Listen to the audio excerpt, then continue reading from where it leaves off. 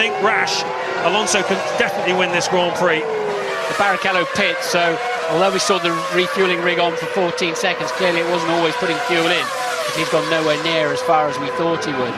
And I think Alonso needs to think of his World Championship. He cannot afford to go and wipe a wheel or a nose off against that Ferrari. And right now he doesn't need to. Massa in the other Ferrari is 22 seconds behind them and also has to pit. So, well, I don't think Fernando thinks like that, does he? He wants to. I think he's just going to want to move it. If he gets anywhere near him in a braking zone, he'll sail past him. Well, notoriously difficult place to pass Imola. Remember last year, Michael Schumacher spent 12 or 13 laps tucked up behind Alonso at this kind of range. The position's the opposite of what they are here today, and he could not get past him. It's a bit of a different situation here now. That was a run to the flag. There were no more pit stops to come, whereas this year... As Alonso gets it all wide in Acqua Minerale. In a way, he needs to just sit behind him, I would have thought, use the extra few laps to build the cushion rather than burning his tyres out now. But if... you know, if Michael does bolt a new set on and starts flying again, Alonso knows he'll be under pressure later on in the Grand Prix. This is so close. Yeah, I think we've got a car. I saw a car in the wall there up at the Variante Alta. I think that's Yuji Ide. Yeah. Look at this. It's very interesting. Look how much earlier Schumacher goes on the brakes and how much earlier Alonso can use the throttle. These are real-time comparisons here. The green, the throttle, the red, the brakes. Everybody in the grandstands below us, we're just above this main grandstand they've just gone past. Everybody up on their feet every time they come through. They're loving this. We've got 26 more laps of it. Well, they're back into the 1:28 now, which is kind of pedestrian. 4.5 seconds slower than the fastest lap of the Grand Prix, set by the man who's struggling most now, Michael Schumacher. Clearly with some kind of graining situation, and the graining's not going to go away, and surely Alonso's going to stick it up the inside, but Michael didn't give him any space at all, and I really thought he got a good shout there. But you can see then Alonso is actually quite cautious about it. He knows there's no point in throwing away 8 and almost certainly 10 points that are available to him this afternoon. That's true, but we are in the entertainment business, and so is Fernando Alonso. He's played the percentage game last year, driving this time last year for sure. He would have played it safe, but you wonder this year. He did say to us on Friday that he needs to take more risks this year to attack more. He does feel under a bit more pressure, I think, from those around him. At the moment, you'd have to say it's looking good for him, though. Flavio Briatore, we saw a moment ago, thoroughly enjoying himself up on the pit wall. The new president of Renault Sport announcing this week that Briatore is to be re-signed for the future and making a commitment for Renault to stay in Formula 1. And that's terrific news for everybody who loves Renault and Formula 1. And look how close Alonso is now as they go down the straight. Schumacher looks in his mirror, checks them. Alonso just goes to the left just to show him he's there, down towards Tamburello chicane. Certainly Alonso is much stronger on the brakes, but it's down out of this Villeneuve chicane, which they're coming up to now, between Villeneuve and Tosa, where Alonso seems to be able to get closest to him, isn't it? You can judge their pace by the fact that people they're lapping are hanging on to the back of them. That's how much slower Michael is. Meanwhile, Massa's now only 17 seconds behind them because Michael is just so slow out there. So, but it's still, remember, this is a carbon copy of last year except reverse, where Michael was the faster man, as you said, James, and couldn't remotely get past Alonso. But Alonso's only chance, I think, is a big stab down at the Tosa hairpin, the other end of the racetrack from where they are now. There's no other real opportunity. You need such a big... 4 safety cars in Australia. That meant that the engines were less stressed than they would otherwise have been. But this is a tough track on engines. 73% of the lap spent at full throttle, and it asks a bigger question of engines than any of the tracks we've been to so far this season. And well, Martin was saying that those 2 back markers are not getting dropped. Far from it. Klian and Liuzzi battling for 16th place, and they're actually slightly faster at the moment than the leading pair. And you can see that Klian is closing in on the back of Alonso. So, Ted Kravitz, what do you got? Yeah, down at Ferrari, I've asked again what the problem is with Michael, and they say there's no problem with the car, using the word car, and all the tyre guys looking very concerned, doing their nut is Michael's engineer, Chris Dyer, on the pit wall. At Renault, meantime, they haven't had to tell anything to Fernando Alonso. They know that he can manage this period of the race, and that he'll take the chance when it comes. Yeah, there's 2 things I want to see in here at the moment. One is I want to be on board with Michael Schumacher, Mr. Italian director, please. And also, we need some pit radio today to understand what they're being told out there, and to find out how the teams are coping with this and what their instructions are. Unfortunately, we're getting neither at the moment. Well, just to clarify the situation, obviously it's a local director here. Rai Television, the Italian national network, are providing these pictures to us. First 3 Grand Prix of the season, the pictures came from Bernie Ecclestone's FOM TV organisation, who also control the team radio and all the graphics that you see on your pictures. So it's up to the local director to give Martin what he wants. Unfortunately, he probably isn't listening to our commentary. He's listening to his own national broadcasters, and they're not giving us a nice onboard of Michael Schumacher or indeed of Fernando Alonso. But here we go then, 23 laps still remaining in this race, and a comfortable situation for Alonso, no doubt about it. Behind them, Massa is closing in. This is bringing the 3rd, 4th and 5th place and 6th place runners much closer to the front now, the slow pace of the front runners. Massa is now just 14 seconds behind this battle for the lead. Montoya is just right behind him. Weber is 9 seconds behind Montoya in 5th place. Raikkonen is 6th as Alonso has another look up the inside of Michael Schumacher. And is he going to have a crack at it? Oh, he's getting very close now, Martin. Very close. They're lapping in the high 127s. And they're actually holding up Clean and Liuzzi now, I think. Meanwhile, waiting to bring Massa and co back into play, because with Massa, he just brings Montoya, Weber and Raikkonen with him. Button, after his dramas, is in 7th place at the moment. Fisichella 8th in the 2nd Renault. But I just can't see any reason why Michael would be intentionally backing the pack up. I think he just doesn't. Well, I can see for myself. He hasn't got any front grip. Yeah, that's the problem for the Ferrari. They've come here with a raft of changes to the car, which certainly seemed through free practice and qualifying to have made a big difference. This is traditionally a Bridgestone track, and they are on the Bridgestone tyre. Alonso using the Michelin tyre. Weber also is using the Bridgestone. There's nothing wrong with his pace, as you said. A low 1:25 at the moment. Fastest man on the racetrack. So it's not particularly a Bridgestone problem per se, other than the set of Bridgestones that Michael Schumacher has on that car at this particular time. They worked fine in the first stint, and not so well now. Renault mechanics getting ready for one of their drivers. But if they bring Alonso in now, Fisichella's not that long ago pitted, so if they bring Alonso in now, he's well wide there, isn't he? Then they're going to feed him right back into the Weber-Raikkonen scrap for 5th and 6th, unless it's a very, very quick stop.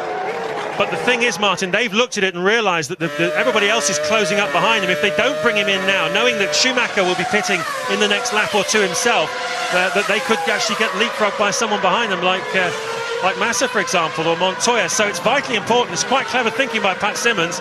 I think he's going to bring him in, knowing that Ferrari are going to make a stop as well, and knowing that the field are concertinaing up. Alonso gets the call. In he comes. A tactical switch by Pat Simmons. Ted Kravitz taken away. But Ferrari are out in the pit lane as well. So it looks like that's going to be for the other one, for Felipe Massa. But that would have worried Pat Simmons, and he had a little smile to Pat Simmons when he made that decision. Excellent, excellent stop by Renault. Let's see what Ferrari can do to respond. Here's Massa. Ferrari will respond instantly. They'll get Massa dispatched, and surely they'll bring Michael in straight away as well at the end of this lap to respond to that. And that's the only thing they can do to keep Michael Schumacher in the hunt. Alonso's got to pull out some kind of stunning outlap as well now. Yeah, he's in luck though, Alonso. He cleared Montoya. He's in front of one Montoya. And with Felipe Massa having pitted as well, it looks like it's worked out beautifully for Renault, for Pat Simmons, the tactical genius on the wall, and for Fernando Alonso. Ferrari, well, they were going to come in roughly now anyway. We knew that from the fuel load that they took on at the first round of pit stops. Renault knew that as well, and that is very good thinking. With the traffic coming up then for Michael Schumacher as well, it makes it doubly hard to overtake them, even with blue flags.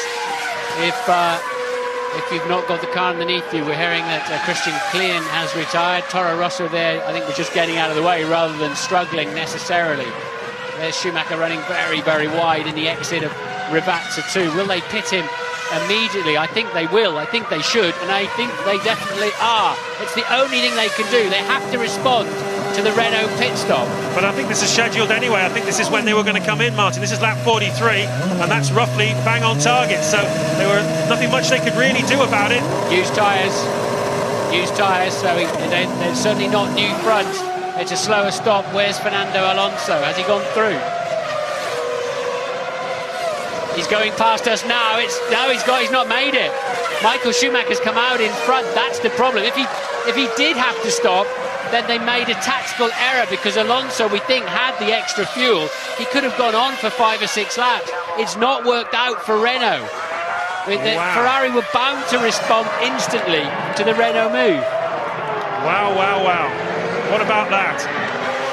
Ferrari back out in front with a different set of tyres, a different set of circumstances now. Is this set going to work for Michael Schumacher?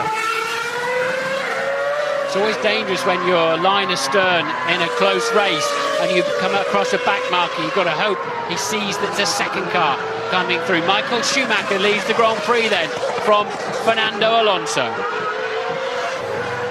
Lap 45 of the San Marino Grand Prix from Imola, and Michael Schumacher is leading with Fernando Alonso in second place. They've both made their stops here this afternoon, don't need to make any more.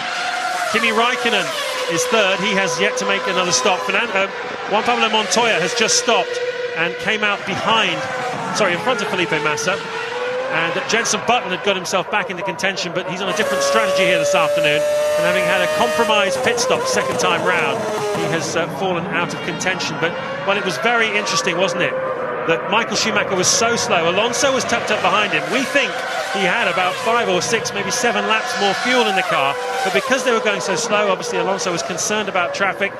It appears that Renault made a tactical switch, bringing Alonso in, and it didn't work for them. Michael Schumacher wasn't as slow as they expected on his in-lap. Ferrari brought him in straight away after Alonso, and the traffic that Alonso encountered when he came out of the pits messed up his lap as well. And the combined result was that what should have been a leap for glory for Alonso, and a smart tactical switch by Pat Simmons, has backfired on them.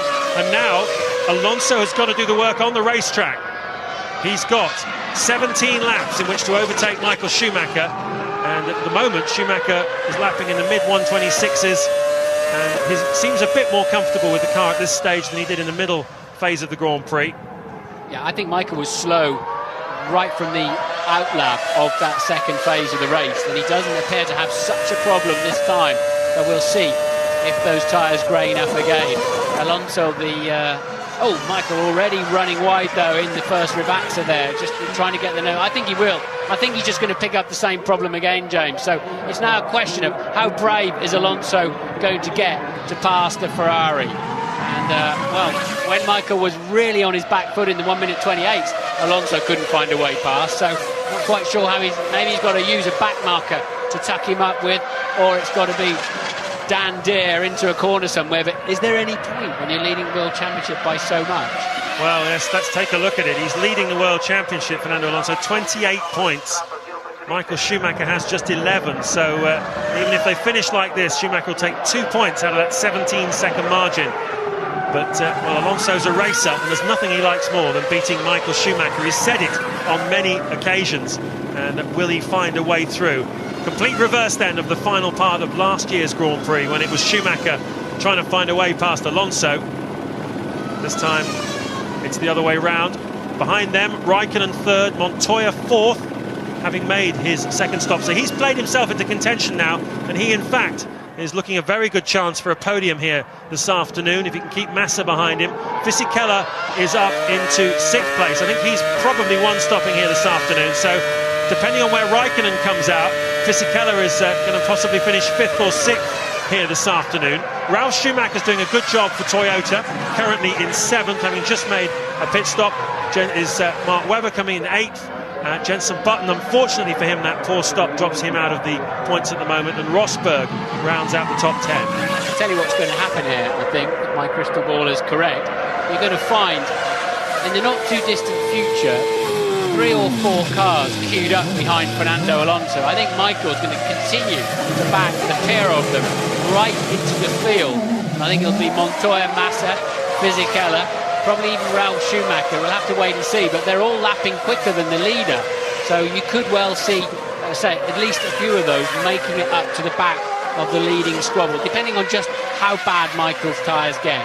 Well, there's the answer. Fisichella in front of Raikkonen. So the tactics for the Renault team, provided he doesn't have to stop again, and he stopped on lap 29. Well, I'm not sure he did take up enough fuel, actually. Maybe he does have to stop again, but we will wait and see on that one. It's a scrap between Fisichella and Raikkonen anyway, for 5th and 6th places here this afternoon. Montoya looking good for a podium. Massa is 2.5 seconds behind him. And then you can see the rest of the runners. Coulthard still outside the top 10. He started this Grand Prix from 14th place, and that's exactly where he is now. Lots more races still to come as Alonso makes a mistake in the first Ravazza. Possibly a sign that he's in trouble. There's Coulthard going very, very slowly indeed. And look how much that mistake cost Alonso. He'll come right back onto Schumacher. But, well, a strange moment there. 15 to go here at Imola. A lot of racing still to come.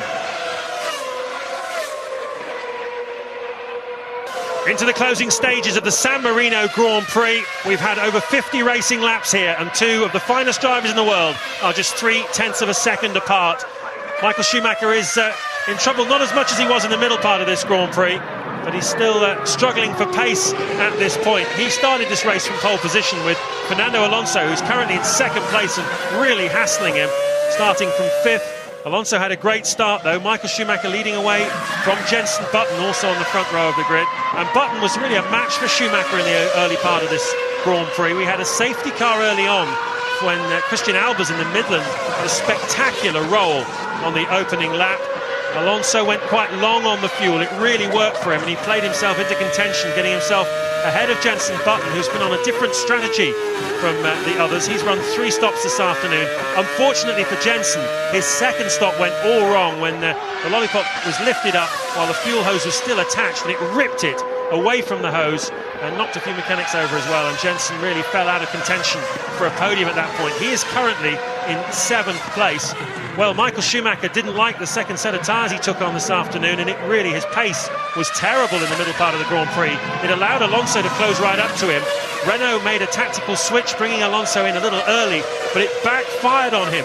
Ferrari came in the lap after, and Michael Schumacher rejoined in front of Alonso. Alonso having had a little bit of traffic on his outlap, and Schumacher not being quite as slow as Renault thought he was on that in-lap, and that's why we are where we are. There's another good scrap on the racetrack as well. That is between Massa and Raikkonen, and Fisichella is having a good battle. Here's Alonso. This is one of the places he's been very close to Schumacher, the Tosa corner, and 11 to go. Does he need to pass Michael Schumacher? No, from a championship point of view he doesn't. He's 17 points ahead of him, and he's only going to give up 2 by finishing 2nd behind him. But does he want to pass Michael Schumacher? Very quickly, and then just falling back to Massa's pace. But Michael not struggling as much. He's doing mid-26s instead of the 28s he'd fallen into in the last stint. But there's 2 chances, I think, of a stab for Alonso. One of them is down into this last corner, but that is super risky, and Michael will have to yield if he comes down there. His best shot is out of the Villeneuve chicane into Tosa, but he doesn't look like he's anywhere near enough. That last lap was his closest that he's been on the exit of Villeneuve, and still nowhere near close enough to have a go at Michael Schumacher. Put yourself in the cockpit here of Alonso's car, Martin. You've been here many times yourself. You're close up behind a car you know is slower than you are. You're watching what he's doing. You're watching what his weaknesses are. What's going through your mind? We're just hoping to distract him and annoy him, which is to a certain extent why Alonso's driving an unusual line into some of the corners. A big concern, and I hope Renault have a good margin on their cooling, because all of the turbulent and very hot air that's coming off the back of that Ferrari as it's been sort of used and abused, passed through the radiators, feeds into the radiator of the Renault. And you can soon pick up 10, 15 degrees on everything, and the margins are not that great. So you've got to also think about your own reliability and your own car. But as I said earlier on, I think maybe Alonso's best shot is if they get tangled up in some back markers. But even then, with today's blue flag rules, they all just jump out of the way anyway.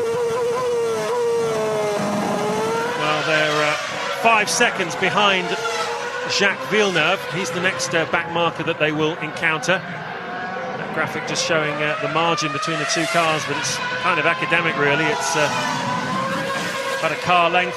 Everybody up on their feet below us, loving this for the second year in a row here at Imola. The crowd being treated to a fantastically close battle between these 2 drivers. Last year an Alonso victory. What price a Schumacher victory this year? Montoya is not catching them. He is lapping around about the same sort of pace, slightly slower, and he's currently 14 seconds behind in third place. Nevertheless, he's still 2.5 seconds ahead of Felipe Massa in the second Ferrari, and looking good for a podium here this afternoon. Juan Montoya. Kimi Raikkonen has not really played much of a role in this Grand Prix. It's certainly not helped his championship hopes at all. He's running in 5th place, but he's 0.3 of a second behind Massa, and I imagine he would welcome the extra points from trying to put a pass on him. Webber really much lapping on his own, really, in 6th place for Williams. Another very solid performance from the Aussie, getting them pretty much the most out of that Williams-Cosworth package. Sir Frank Williams saying yesterday that he would be making a decision on engine choice for next year in the next few weeks. The engineers are pushing him hard. They could continue with the Cosworth engine, which has certainly shown very well in the early stage of this Grand Prix, or they could switch to Toyota, which is something they discussed last year. So we'll have a decision on that in the next few weeks. David Coulthard we saw going slowly earlier on as he was passed by these two. He has since retired, and Louise Goodman is now going to find out why. Yeah, it's been a double retirement for the Red Bull team. Christian Klein had to stop with a hydraulics failure, and then David, a few laps later, you've had to park it as well. Yeah, we had a drive shaft failure, which I had a problem getting away at the pit stop, so I ended up having to do a double pull away, so that may have caused the damage, but obviously we'll find out in the data. But anyway, we lost drive. How difficult was it for you to make any kind of impression on this race today? Yeah, we were simply not quick enough at this time, so I could make a little bit of a battle with Rosberg against the lap time, but actually I never raced anyone from the start. So we're firmly in that third group at this moment in time, and obviously we want to get back in the second group and then can try and stay on the lead lap. Thanks, David. Interestingly, looking at the computer here, that Michael Schumacher, I mentioned a moment ago that Jacques Villeneuve was the next car they were going to catch, and he was just over 5.5 seconds in front of them when I said it. Well, he's now 6.2 seconds in front of them. Michael Schumacher is just pegging the gap to Villeneuve, running at the same pace as the French Canadian, so he won't catch him. So that the very thing you were talking about, Martin, a back marker affecting the outcome, is trying to stop that from happening. Yeah, that's a good point. As they're not actually lapping on leader's pace, although they're leading the race, of course they're going to catch less back markers, aren't they? Especially as we've just got the 16 runners, 6 cars out. Coulthard drive shaft, Sato, don't really know, Klein hydraulics, Ide front suspension problems, Truly gear shift problem, Alba's upside down on the first lap. And a lot of those cars that we just mentioned who have retired may well have been the back markers also they would have caught. So it's looking pretty good for Michael Schumacher at the moment, unless Alonso can just hustle him off the road somewhere. But as we keep saying, why would he take that risk? Yeah, 17 points ahead in the World Championship at the moment. It'll be 15 ahead of Michael Schumacher if it finishes like this. And it'll be 19 in Alonso's favour if he finds a way past him. That's the equation. It's fairly early in the season. This is race 4 of 18. It was due to be 19 this year, but the Belgian Grand Prix at Spa was cancelled in September because we now have an 11th team in Formula 1, Super Aguri. There weren't enough pit garages at Spa, and the facilities generally were not good enough, so they've gone away to do some work on that place ahead of next year's race. I know it's one of your favourites. Many of you responded to the FIA survey last year and said Spa was right up there amongst your favourites. Well, don't worry, it will be back, we understand, next year. Talking of number of teams in Formula 1, Jean Alesi saying yesterday that he's still working very hard to get an entry for next year. They'll be announcing, the FIA will announce who the 12th team is for the 2008 season next week, and everybody tipping it to be David Richards, former boss of Benetton back in the 90s, and more recently BAR Honda. Well, Alesi hasn't been favoured with the entry, we understand, this time round, but he's hoping to get a team out next year, possibly a McLaren B team using the old McLaren factory in Woking, with the main team having moved on to their wonderful new facility down there. It's a great facility for them. If they can, if Alesi and his boys can get the money and the resources together, we will see. 6 to go here at Imola. Ted Kravitz has something for us. I just picked up a nice bit of information from the Renault garage. I went in there saying, come on, what's going on? Surely Fernando hasn't settled for second position. They say, no, he's still pushing, and they say, we anticipate a very exciting final 5 laps. So, well, guys, I mean, is he saving some revs in this engine? Is he saving everything for a last lap assault? We'll find out. Wouldn't it be great? Wouldn't it be great? The problem, at a great risk of stating the obvious, is you arrive in the corner say, 10 metres behind the car in front of you. You've got a car that's 5 metres long, 1.8 metres wide. If the braking zone is only 80 metres long, you've got to be something like 20% better on the brakes to pass him. And, well, there's no way our two competitive Formula 1 cars 20% better than the other in the braking zone. Also, when you're in a hairpin, the guy in front is always going to be on the throttle, a car length ahead of you.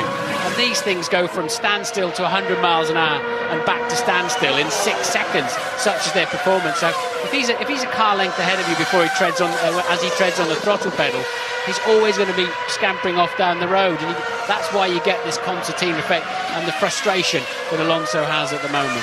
Yeah, meanwhile, there has been a lot of brake dust coming out of Alonso's wheels in the last few laps anyway, so it's far from clear whether he has the brakes to do the job, even if he wanted to. Little swirly move up the inside of Michael Schumacher, just distracting him again. A reasonable crowd here this weekend. This race has coincided with Easter on a couple of occasions in the last few years, and that's really hammered the crowd. Also, high ticket prices, but today it was £30 for general admission, even though if it was 300 quid for a grandstand seat. And well, they seem to have got a fair number of people into the place. Well, Michael Schumacher was saying that these next few races are when he'll make a decision about whether to continue racing in Formula 1 in 2007. Between now and Silverstone, really, he'll take his view based on the extent to which Ferrari are able to react to the performance of Renault, particularly this year, and build him a car that can really challenge for wins and the World Championship. Certainly on the evidence of this weekend, they've taken a good step forward. But is it enough to get him into the championship hunt on different venues? Imola, always a great Ferrari Bridgestone circuit. What will be the story at Nürburgring in a couple of weeks' time, and the week after that at Barcelona, where the Renault has been doing some stunning times in testing? We will see. Well, Michael's tended to be very strong in the Nürburgring, hasn't he? Designed half the track himself, so it very much suits his driving style. And if he can get away with it, well, why not? Oh, Alonso running very well. They just kept it out of the gravel. Got it a little bit tail happy in the middle of the Villeneuve chicane. Let's see how quickly now he closes Michael Schumacher back in. But if it's going to be a very exciting last 5 laps, well, 3 of them have just been wasted while he then has to get back into the hunt. But, well, Rosberg went off there just before qualifying, didn't he? And got on the gravel and just smashed straight into the wall. There's nowhere to go there. He dropped the back end just as he was about to ride over the curb, and it nearly spat the car clean off the racetrack. As you say, let's see how long it takes him to get back onto the tail of Michael Schumacher, having lost all that time. That's the top 8 at the moment. Fisichella having started in 11th place on the grid. Let's have another look at it. Yeah, I almost wondered if that was a different camera angle. It was the same incident. What we were missing there is the sort of slightly violent bit in the middle where it went askew. And, well, is that it? Is that Alonso settling for second now because he's falling further behind? What sent him off the road like that? But suddenly, Michael Schumacher has got some breathing space. He's down into the 125s. The crowd now sensing he's got the job done. Yeah, they love it as well. It's been a bit of a drought. It's been 18 months since Ferrari and Bridgestone have beaten Renault, McLaren and Michelin in a Grand Prix. That sole victory at Indianapolis last year in very controversial circumstances for Schumacher and Ferrari. Only the Bridgestone runners taking part that day. 18 months ago, Suzuka 2004, the last time that they beat them, and this is going to be a sweet moment for them and for Michael Schumacher. He's still got 3 laps to go here, and it does look as though Alonso is not going to get close enough to him to have a crack at the end. Alonso losing Alonso losing the back end again in Acqua Minerale, and I suspect that could be game, set and match for Michael Schumacher now. Alonso will realise he just doesn't appear to have the grip. He's been squirreling around, hasn't he, in the turbulent air of that Ferrari for, what, 30 laps now? And although he's had a set of tyres changed in that period of time, but suddenly that Renault has become very pointy indeed. So what exactly is the problem then? Why is he flying off the road a couple of times? It looks to me as if the rear tyres are just giving up a little bit, and it's and especially as you keep running wide, you pick up dirt in the tyres.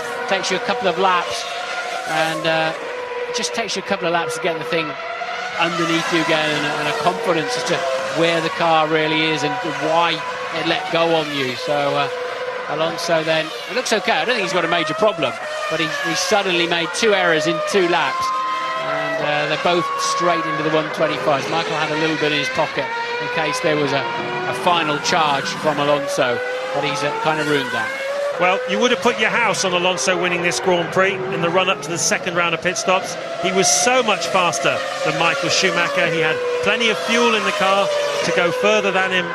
Schumacher was very, very slow. They were getting backed up towards the rest of the field. Renault made a tactical switch, and it didn't work for them. And that was the turning point of this Grand Prix. And, well, there'll be an awful lot of talk, I'm sure, with Steve and Mark Blundell, and they'll be finding out exactly what that was all about after this Grand Prix, so stick with us for that. And also you can follow the story later on the ITV F1 website as well, because that for sure is the story of the 2006 San Marino Grand Prix. Now there is a back marker looming up, but Alonso's put himself out of position now. He's not going to be able to try and make use of it.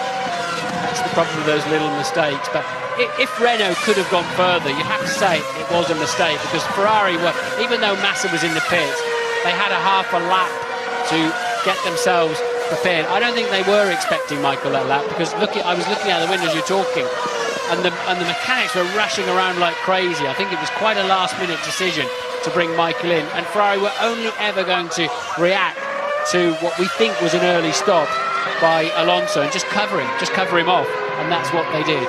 Yeah, for sure. Maybe he was a lap or two earlier than scheduled. It was certainly in his pit stop window, but maybe they did, that's right, react to and bring him in, and in which case the fact that Schumacher had a good in-lap, better than Renault had expected, and the fact that Alonso came out in traffic was enough to turn this Grand Prix for him in Michael Schumacher's favour and send him on his way to his 85th, count them, 85th career victory. It's been an afternoon of disappointment for a lot of people. Button down in 7th from the front row of the grid after that fuel rig problem, but he was pre-stopping and wasn't going to be up with these boys anyway on that strategy. Fisichella's gone from 11th to 8th in the sister Renault, which is pretty unspectacular, you'd have to say. The only man really outperforming his car, I think, out there's Mark Webber in 6th place for Williams, also on Bridgestone tyres, of course, but a lot of lacklustre performances, I think.